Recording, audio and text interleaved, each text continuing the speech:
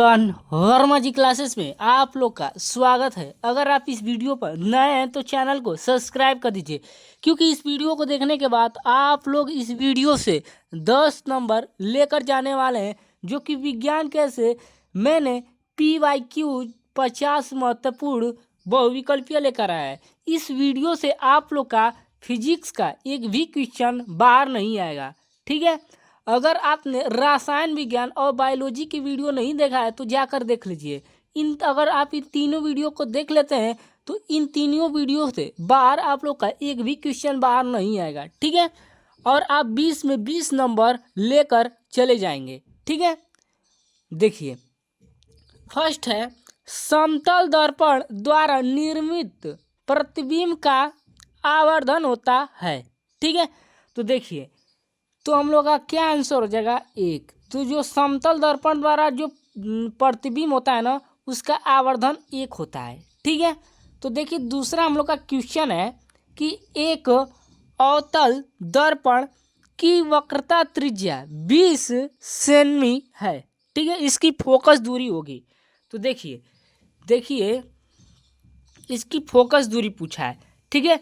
तो इसकी फोकस दूरी -10 सेंटीमीटर होगी, ठीक है। तो देखिए कैसे होगी, तो आप लोग को लगा कर दिखाता हूँ, ठीक है। तो देखिए, F बराबर सूत्र होता है R/2, ठीक है। R/2 होता है, ठीक है। तो यहाँ पर वक्रता त्रिज्या दिया है, क्या वक्रता त्रिज्या दिया है, ठीक है। तो देखिए, जब F बराबर निकालेंगे, F बराबर, तो देखिए जो फोकस दूरी अवतल दर्पण की जो फोकस दूरी होती है ना, वह हमेशा ऋणात्मक में होती है, ठीक है। तो यह -20/2 लिख देंगे और 2 से काट देंगे, तो 10 बार में क्या 10 आ जाएगा। 2 एकम 2 और 10, ठीक है। यहाँ पे कितना आ जाएगा? 10 आ जाएगा, ठीक है। मुझे आशा है कि आप लोग को ये वाला समझ में आ गया होगा, ठीक है। तो चलिए हम तीसरा क्वेश्चन देखते हैं। तो देखिए, वक्रता त्रिज्या का मात्रक होता है, ये मोस्ट इंपोर्टेंट क्वेश्चन है, ठीक है। तो वक्रता त्रिज्या का जो मात्रक होता है, यह मीटर में भी हो सकता है, ठीक है, सेंटीमीटर में भी हो सकता है, या मिलीमीटर में भी हो सकता है, ठीक है। तो चलिए हम अपने चौथे क्वेश्चन की तरफ चलते हैं।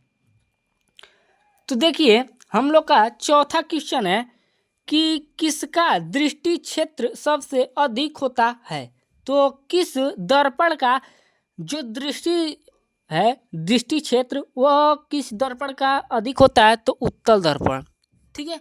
कौन सा दर्पण? उत्तल दर्पण का, ठीक है। अब देखिए, पांचवा क्वेश्चन है आप लोग का, किसी दर्पण से आप चाहे कितनी ही दूरी पर खड़े हो, आपका प्रतिबिंब सदैव सीधा प्रतीत होता है दर्पण होगा, ठीक है। या तो समतल होगा वह दर्पण, ठीक है, या उत्तल दर्पण होगा, ठीक है। या समतल दर्पण होगा या तो उत्तल दर्पण होगा, ठीक है। अब चलिए अगला क्वेश्चन देख लेते हैं, छठवां क्वेश्चन। तो देखिए, छठवां क्वेश्चन देख लीजिए। देखिए, आप लोग का छठवां क्वेश्चन है कि किसी उत्तल लेंस द्वारा निर्मित किसी वस्तु का वास्तविक उल्टा एवं बड़ा प्रतिबिंब बनाने के लिए, ठीक है, या बनाने के लिए वस्तु को कहाँ रखना चाहिए? तो लेंस के, यानी लेंस से F तथा 2F के बीच में, ठीक है। यानी लेंस के F यानी फोकस तथा, ठीक है, यानी फोकस तथा जो दूसरा फोकस होता है ना, यानी 2F1, ठीक है, 2F2 पर रखना चाहिए, ठीक है, उसके बीच में, ठीक है। तो चलिए हम अपना सातवां क्वेश्चन की तरफ चलते हैं। तो देखिए, हम लोग का सातवां क्वेश्चन है कि किसी अवतल दर्पण पर आपतित प्रकाश, ठीक है, किरण दर्पण से परावर्तन के उपरांत, ठीक है, अपने ही मार्ग से वापस आ जाती है। यह किरण मुख्य अक्ष का, ठीक है, परिच्छेदन करती है, ठीक है। तो वक्रता केंद्र पर, कहाँ पर? वक्रता केंद्र पर। ये मोस्ट इंपोर्टेंट क्वेश्चन है, आपको यह कल देखने को मिल सकता है, ठीक है। तो चलिए हम अगला देखते हैं, आठवें क्वेश्चन की तरफ। तो देखिए, हम लोग का आठवां क्वेश्चन है कि वायु के सापेक्ष किस माध्यम का अपवर्तनांक, ठीक है, यानी किस माध्यम का क्या अपवर्तनांक अधिकतम होती है? तो हीरे में जो वायु के सापेक्ष माध्यम का जो अपवर्तनांक होता है ना, वह हीरे में सबसे अधिक होती है। ठीक है, तो हम लोग का नवा क्वेश्चन है, यदि दो माध्यमों के सीमा पृष्ठ पर एक प्रकाश किरण, ठीक है, लंबवत आपतित होती है तो अपवर्तन कोण होगा। तो अपवर्तन कोण होगा तो कैसा होगा, तो 0 डिग्री होगा। कैसा होगा बाबू, 0 डिग्री। ठीक है, ये मोस्ट इंपॉर्टेंट क्वेश्चन है, इसको नोट कर लीजिए। ठीक है, ये आप लोग को कल पूछ सकता है। ठीक है, और वैसे ही मैंने सभी PYQ क्वेश्चन ही लेकर आया है। ठीक है, इस वीडियो से आप लोग का एक भी क्वेश्चन बाहर नहीं आएगा। ठीक है, 10वां क्वेश्चन है कि किसी गोलीय दर्पण तथा किसी पतले गोलीय लेंस दोनों की फोकस दूरियां -25 सेंटीमीटर है। दर्पण तथा लेंस संभवतः होंगे तो दोनों क्या होंगे, अवतल होंगे। या तो अवतल लेंस भी होगा, ठीक है, और अवतल दर्पण भी होगा। ठीक है, यानी दोनों होंगे। ठीक है, तो चलिए हम अपने 11वें क्वेश्चन की तरफ चलते हैं। तो देखिए हम लोग का 11वां क्वेश्चन है कि किसी शब्दकोश में पाए गए छोटे अक्षरों को पढ़ते समय आप निम्न में से कौन सा लेंस पसंद करेंगे। ठीक है, तो 50 सेंटीमीटर फोकस दूरी का एक अवतल लेंस। ठीक है, यानी 50 सेंटीमीटर का, ठीक है, फोकस दूरी वाला क्या है, एक अवतल लेंस। ठीक है, अब लोग का 12वां क्वेश्चन है कि किसी बिंब, ये बिंब का मतलब प्रतिबिंब, ठीक है, का वास्तविक तथा समान साइज का प्रतिबिंब प्राप्त करने के लिए बिंब को उत्तल लेंस के सामने कहाँ रखना पड़ेगा, कहाँ रखना। ठीक है, तो देखिए इसको कहाँ रखना पड़ेगा, तो देख लीजिए उसको रखना पड़ेगा फोकस दूरी की, ठीक है, दुगुनी दूरी पर। ठीक है, तो चलिए हम अपना 13वां क्वेश्चन देखते हैं। तो देखिए निर्वात में प्रकाश की चाल होती है। तो देखिए निर्वात में प्रकाश की चाल 3 × 10⁸ मीटर प्रति सेकेंड होती है। ठीक है, तो चलिए हम अपना 14वां क्वेश्चन देखते हैं। तो देखिए हम लोग का 14वां क्वेश्चन देखते हैं।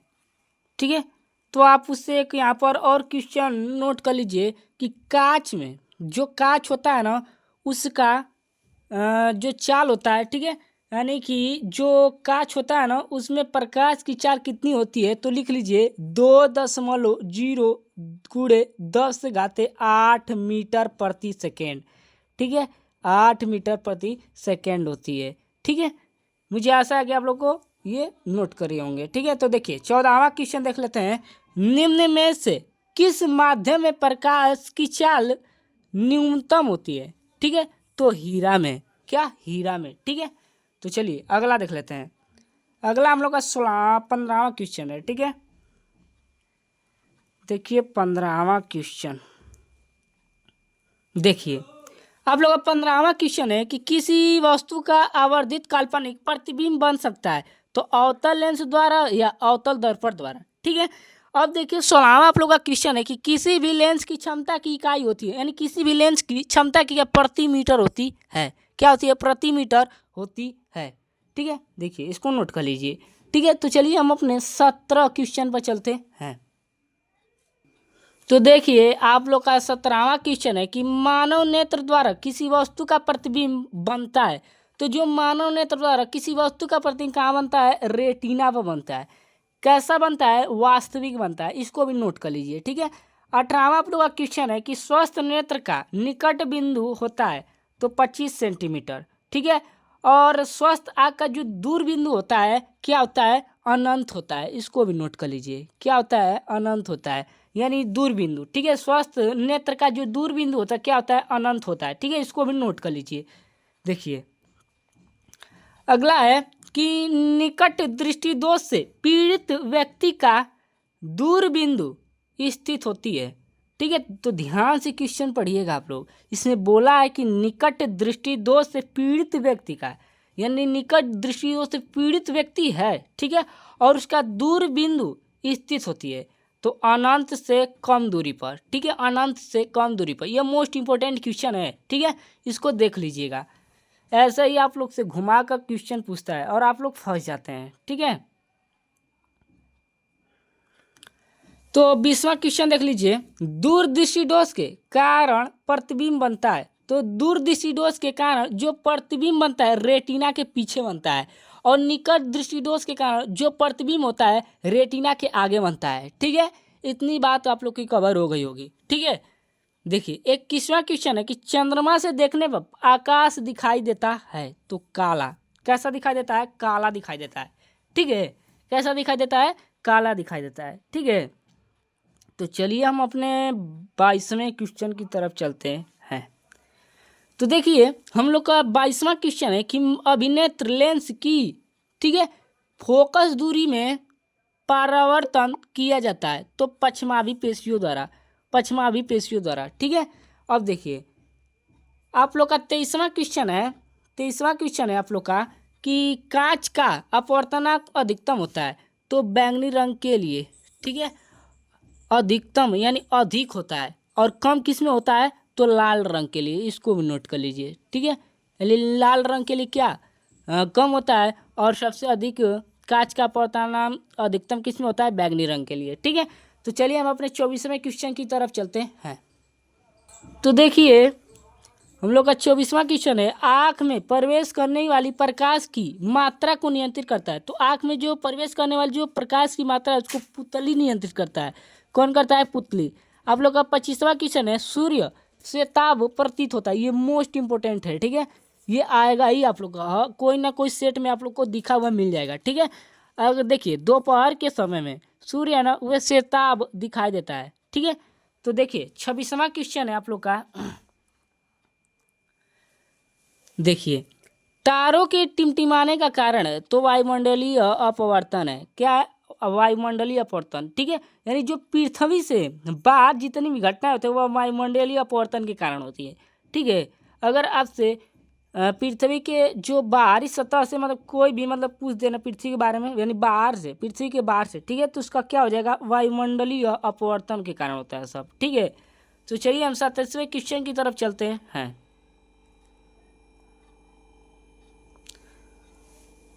देखिए जब श्वेत प्रकाश एक प्रिज्म से गुजरता है तो निर्गत प्रकाश से प्रिज्म के आधार दूरस्थ प्रकाश का रंग होता है लाल। कैसा होता है? लाल। ठीक है, तो देखिए एम्पियर सेकेंड मात्रक होता है तो आवेश का। ठीक है, तो बस एम्पियर किसका मात्रक होता है? तो धारा का मात्रक होता है। किसका मात्रक होता है? एम्पियर धारा का मात्रक होता है। ठीक है, और एम्पियर सेकेंड किसका मात्रक होता है? आवेश का होता है। ठीक है, तो इसका सूत्र लिख लीजिए, I बराबर Q बटे T होता है धारा का। ठीक है, धारा का जो सूत्र होता है I बराबर Q बटे T होता है। ठीक है, और एम्पियर क्या होता है? इसका मात्रक होता है। ठीक है, अब आवेश का एक और मात्रक लिख लीजिए, इसका एक और मात्रक होता है, क्या होता है? कूलाम। कूलाम होता है। ठीक है, कूलाम, इसको नोट कर लीजिए। चलिए अगले हम देख लेते हैं, 29वें क्वेश्चन की तरफ चलते हैं।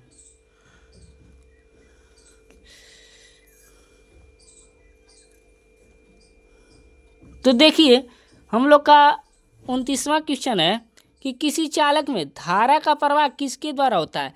तो किसी भी चालक में धारा का प्रवाह इलेक्ट्रॉनों द्वारा होता है।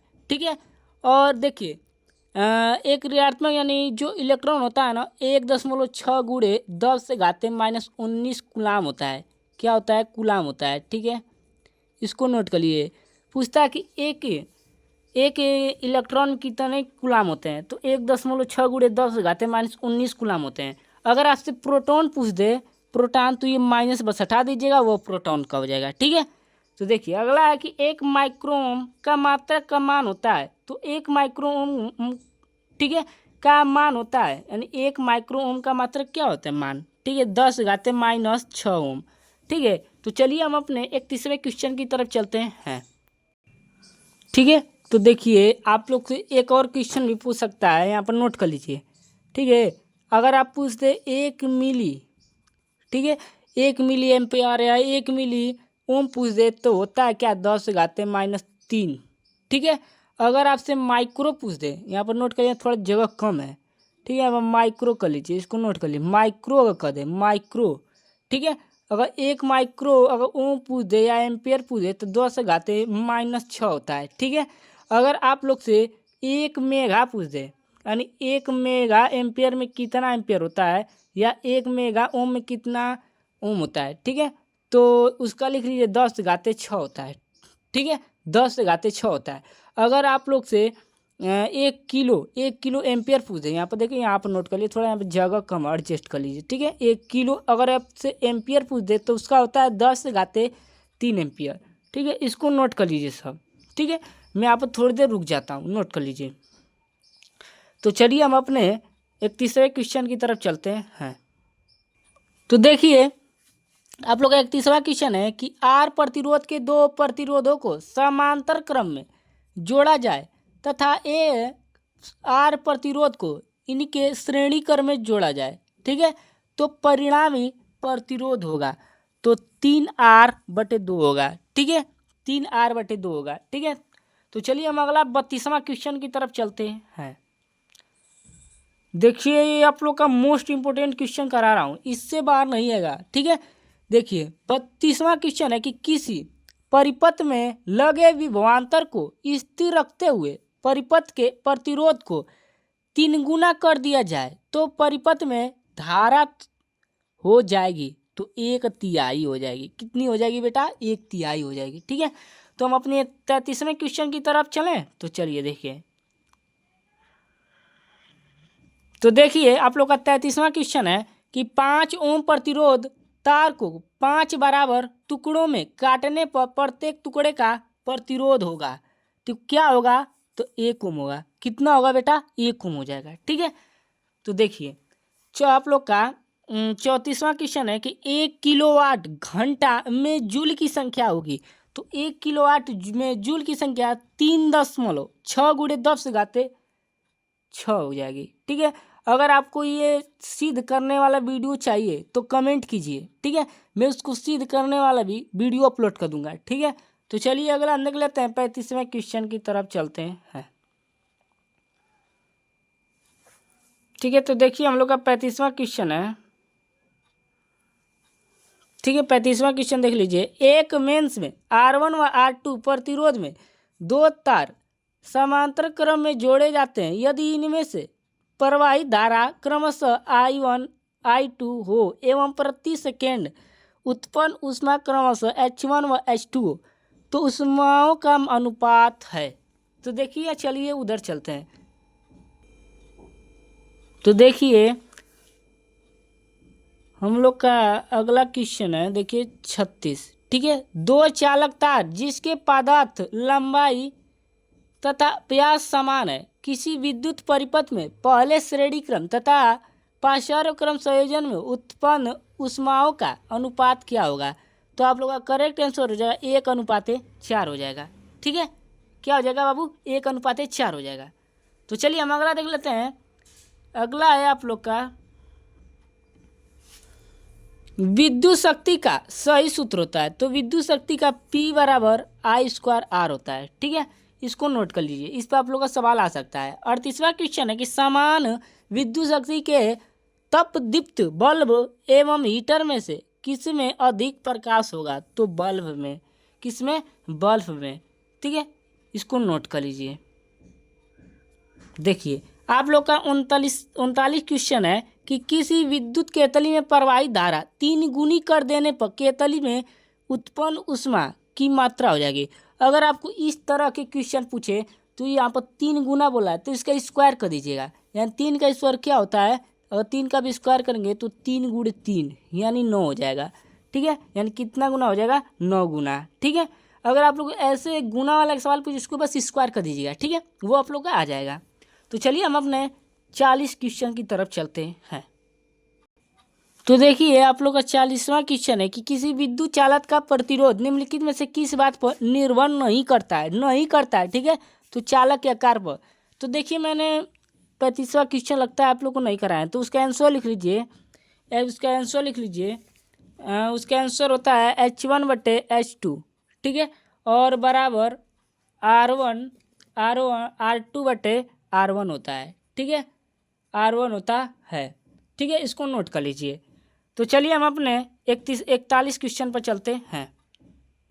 तो देखिए, कब तार विद्युत चालक का संयोजन बनाने पर उनका परिणामी प्रतिरोध न्यूनतम होगा, ठीक है। तो सभी को समांतर क्रम पार्श्व क्रम में जोड़ा जाए तब, ठीक है। यदि विद्युत शक्ति P तथा प्रतिरोध R से व्यक्त होता है तब वैद्युत धारा व्यक्त होती है। ये मोस्ट इंपोर्टेंट क्वेश्चन है। देखिए करंट में P/R, ठीक है। तो 42 क्वेश्चन देख लीजिए, 43 हो गया, ठीक है, 42 हो गया हम लोग का, 43 क्वेश्चन देख लीजिए। देखिए 43 आप लोग का क्वेश्चन है कि R व R2R ओम के प्रतिरोधों को श्रेणी क्रम में जोड़ने पर कुल प्रतिरोध R1 तथा समांतर क्रम में जोड़ने पर R2 हो तब, तो इसका हो जाएगा R1/R2 9/2 हो जाएगा, ठीक है। तो चलिए हम अपने 44 क्वेश्चन की तरफ चलते हैं। देखिए यदि शक्ति तथा समय के मात्रा क्रमशः x1, x2, x3 से प्रदर्शित किया जाता है, ठीक है, तो निम्नलिखित में से कौन सा संबंध सही है। तो देखिए ये 2024 में आप लोग का क्वेश्चन पूछा है, तो देखिए इसका हो जाएगा x1 x3 बराबर x2, ठीक है। तो ये मोस्ट इंपोर्टेंट क्वेश्चन है। चलिए हम अपने 45 क्वेश्चन की तरफ चलते हैं। तो देखिए किसी विद्युत धारावाही सीधी लंबी परिनालिका के भीतर चुंबकीय क्षेत्र सभी बिंदुओं पर क्या होगा, समान होता है। यानी सभी बिंदुओं पर क्या होता है, समान होता है, ठीक है। 46 क्वेश्चन है कि एक गतिमान आवेशित कण उत्पन्न करता है तो चुंबकीय व विद्युत क्षेत्र दोनों को, ठीक है। तो चलिए हम अपने 47 क्वेश्चन की तरफ चलते हैं। तो 47 क्वेश्चन है कि चुंबकीय बल रेखाएं एक दूसरे को कभी नहीं काटती हैं, ठीक है। 48 क्वेश्चन है कि वेबर किस राशि का मात्रक है, तो चुंबकीय फ्लक्स का मात्रक है, ठीक है। 39 क्वेश्चन है आप लोग का कि एक चुंबकीय क्षेत्र में क्षेत्र के लंबवत स्थिर विद्युत धारावाही चालक पर लगने वाली बल किस दिशा में होती है, तो चालक में प्रवाहित विद्युत धारा की दिशा के समानांतर, ठीक है। तो देखिए हम लास्ट क्वेश्चन करने जा रहे हैं, ठीक है। ये आप लोग का लास्ट क्वेश्चन है कि एक विद्युत धारावाही चालक के कार्य उत्पन्न चुंबकीय क्षेत्र की दिशा ज्ञात करने के लिए निम्नलिखित में से किस नियम की सहायता होती है, तो दाहिने हाथ के अंगूठे का नियम, ठीक है। अगर वीडियो पसंद आई हो तो चैनल को सब्सक्राइब कर दीजिए।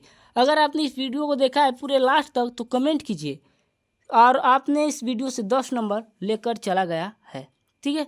तो आज की वीडियो में इतना ही, तब तक के लिए धन्यवाद।